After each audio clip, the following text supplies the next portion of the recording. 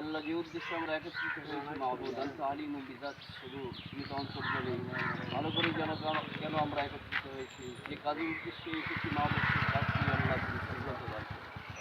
আল্লাহ যে কাজেরই আল্লাহ জন্য আমরা একত্রিত হয়েছি, রাস্তার কাজের জন্য মাহবুব, সুষ্ঠুভাবে আল্লাহ এই কাজটিকে তুমি সম্পাদন করার তৌফিক দান করো।